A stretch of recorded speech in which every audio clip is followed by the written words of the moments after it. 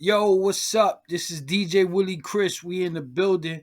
QE Radio is live with my man Brennan. He do big things. I want to give my dude his flowers. He's been in the game. He understands the music business a lot better than a lot of you guys that I've met. Be honest with you. But I only have the true OGs up here. So anybody who's been on QE Radio with DJ Willy Krys, they all true OGs. Let's give a round of applause for my man Brennan. How you doing, Brennan? I'm doing fantastic. How are you, Willie? Doing excellent, man. I wanted to call you on my podcast because I see you bring a different light, which is very important and highly important. And I like to tell a lot of these artists out here that this music business is 80% business and about 20% music. And I know me and you had a little discussion on the back end in regards to that. And I mean, basically, I just wanted you to be able to give you a shine as well, because you on the 80% side, besides everybody else just trying to be on the 20% side, if that makes sense. Definitely. Yep.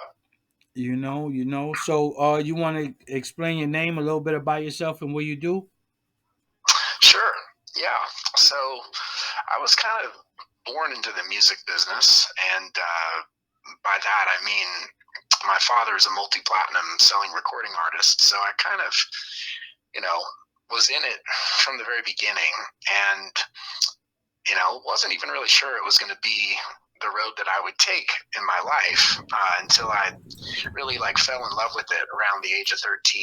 And it was all because I heard Eddie Van Halen's first album, and his guitar playing just kind of blew my mind. And then suddenly I was kind of in it, And so, anyway, make a long story short, I ended up becoming a professional touring musician.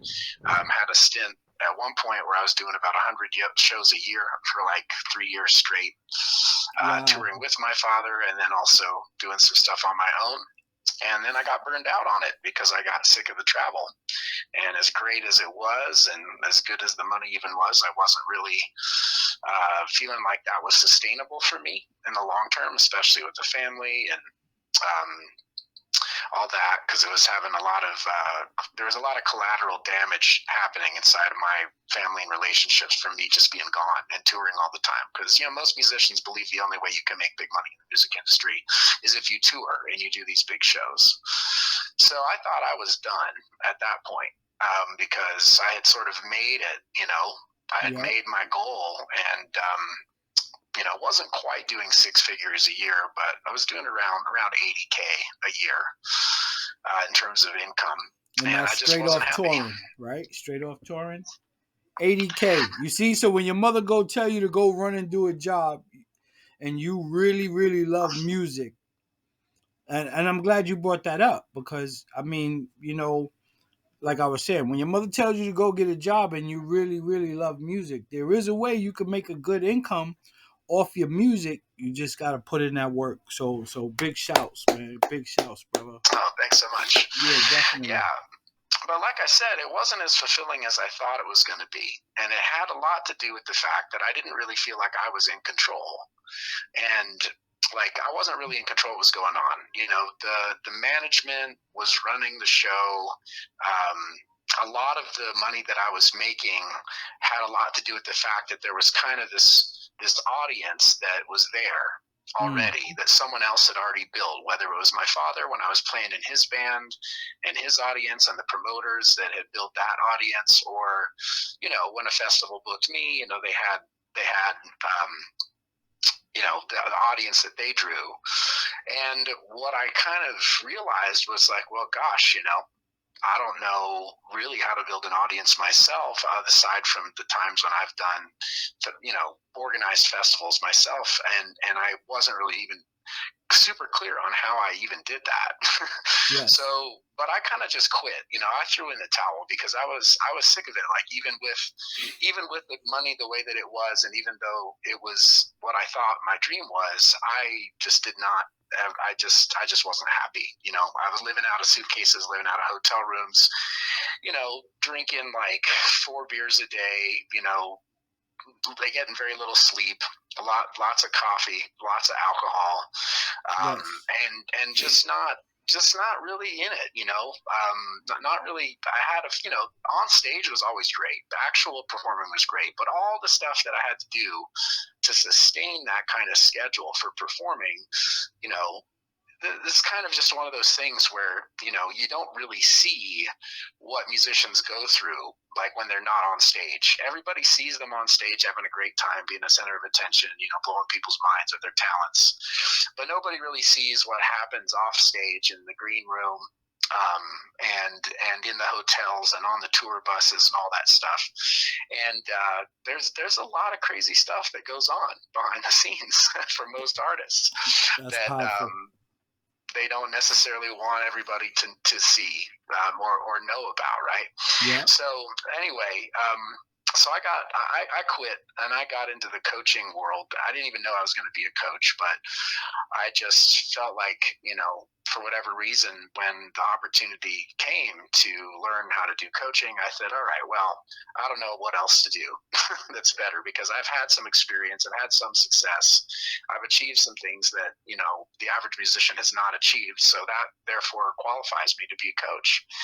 And I went and launched a personal development coaching program. I wasn't really intending on targeting musicians, but most of the people I got in that program were musicians, and basically just managed to make that my livelihood for the next few years, doing coaching and then also marketing, like learning marketing, not so much from the perspective of marketing music, but how do I make the most I can and make the biggest impact I can as a coach? And so I went and studied marketing and joined some masterminds, and we made some pretty big investments in that to learn that skill set. And it all came back around to eventually realizing that marketing works the same exact way pretty much for every single business, and it's not any different in the music industry. It's really just about growing an audience, raising awareness about what it is that you offer, and then having offers that are good enough and like clarity in your messaging that's good enough that you can get buyers. You can convert some of the people in that audience to customers, and in the end, that's all that matters. If you're building a career or you're building a business, it's kind of not necessarily the same thing. You can build a career without building a business if you're working a job and you're an employee for somebody else. But how many musicians are employees? And This is where I really started to see there was a huge disconnect in the mindset of the average musician, because they didn't see themselves as an entrepreneur. But yet, if you're not an employee, then who are you working for? Yourself. And that's connecting with you. It's interesting because the whole reason I'm on this podcast, Willie, is you signed up for one of these marketing things that I do, running this ad that gives away a free report about the 5 big myths of the music industry that make artists broke and music professionals filthy rich, I think was the title of it. Yes. And just exposing all the myths of the music industry, that it's actually it's not any harder to make money in music than it is in any other field. It's really just the way that the industry works, because it's just so convoluted in the way that it's been set up for musicians. It's just extremely hard for them to navigate and figure out even that they need to actually treat their music career like building a business, and they need to get leads, they need to get customers, they need to drive traffic, they need to have offers, they need to sell stuff, they need to create merchandise, they have to do.